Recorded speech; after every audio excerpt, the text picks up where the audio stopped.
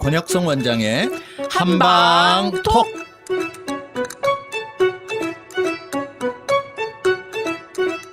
청취자 여러분 안녕하십니까? 권혁성입니다. 안녕하세요. 서유경입니다. 안녕하세요. 김미옥 PD입니다. 자, 오늘도 김 PD가 질문을 들고 왔습니다. 원장님, 보통 한의원에서 한약 많이 지어 먹잖아요. 네. 근데 뭐 이렇게 한 달, 두 달 지어 먹는 약 말고 네. 이틀, 3일 이렇게 먹기도 해요. 그죠? 그렇죠. 네. 그런데 양약은 제가 느끼기에 정말 빠르면 1시간.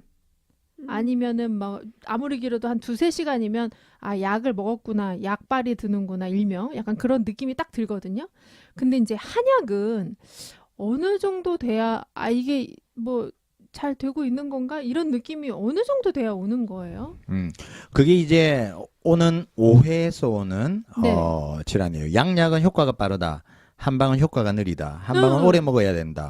그리고 이제 뭐 한의사들이 많은 한의약, 아이고 뭐 이제 한 달 먹어가지고 효과 보겠어요. 한 1년은 드셔야죠. 뭐 이런. 맞아요. 예.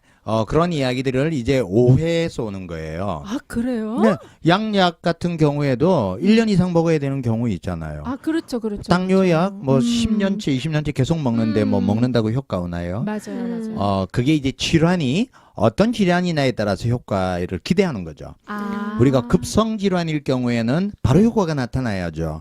머리가 아파 죽겠는데 지금 급성으로 두통이 네. 심한데 네. 한 10일 있다가 효과가 나타난다. 그 사이에 10일 동안 어떡하라고요. 그죠? 그러니까요. 배가 아픈데 어떡하라고요. 당연히 급성으로 오는 질환은 급성으로 효과가 급속하게 나타나야 되고 만성적인 질환은 근본적으로 이제 해야 되는데 한약은 급성 질환에 오기가 그리고 먹기가 불편하잖아요. 지금이야 이제 약을 다려놓고 한약도 이제 액기스를 만들어서 네. 이제 약국에서도 살 수 있고 그죠? 한의원에 가도 액기스처럼 감기약 이렇게 많이 처방해 주잖아요. 소화제 처방해 주고. 그렇지만 예전에는 한약 그러면 일단 조제해야 돼요. 그렇죠. 그리고 맞아. 일단 2시간 그것도 이렇게 숯불에 은은한 불에 충분히 달여서 또 짜서 정성스럽게 먹어야 되죠. 그렇죠. 약 한번 먹기 위해서 4시간 5시간 노력을 해야 되는 맞아요. 그런 불편함이 있으니까 급성 질환에 하기가 쉽지 않았죠. 그래서 그런 거지만 양약이든 한약이든 다 약입니다. 그리고 많은 양약들은 천연물에서 추출됐어요. 아스피린도 그렇고요. 네. 그래서 그런 많은 약재들을 성분을 추출한 거라서 네. 이거는 양약의 효과, 한약의 효과라는 것보다는 내가 어떤 질병에 약을 썼느냐에 따라 다른 거고요.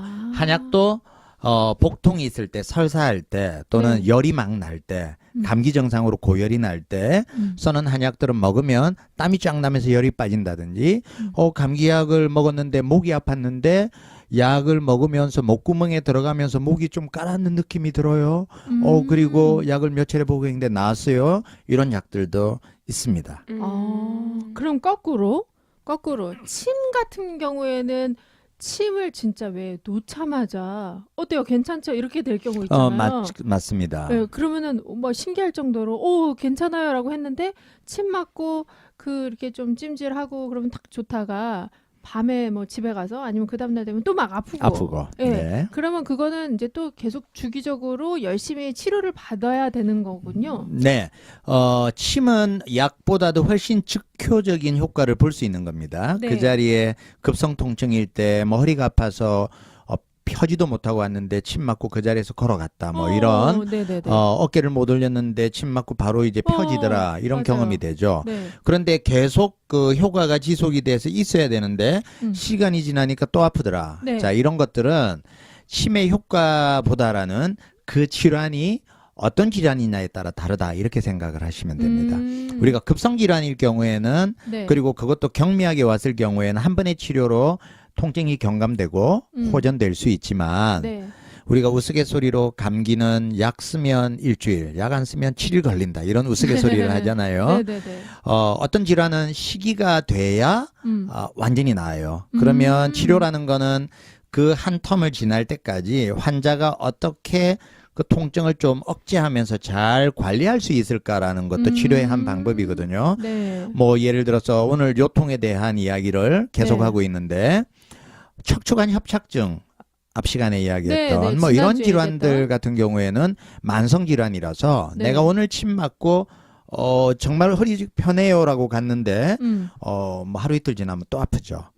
그거는 그 질병 자체가 반복적으로 통증을 일으킬 수밖에 없다. 그런 질환들은 반복적으로 치료를 해야 됩니다.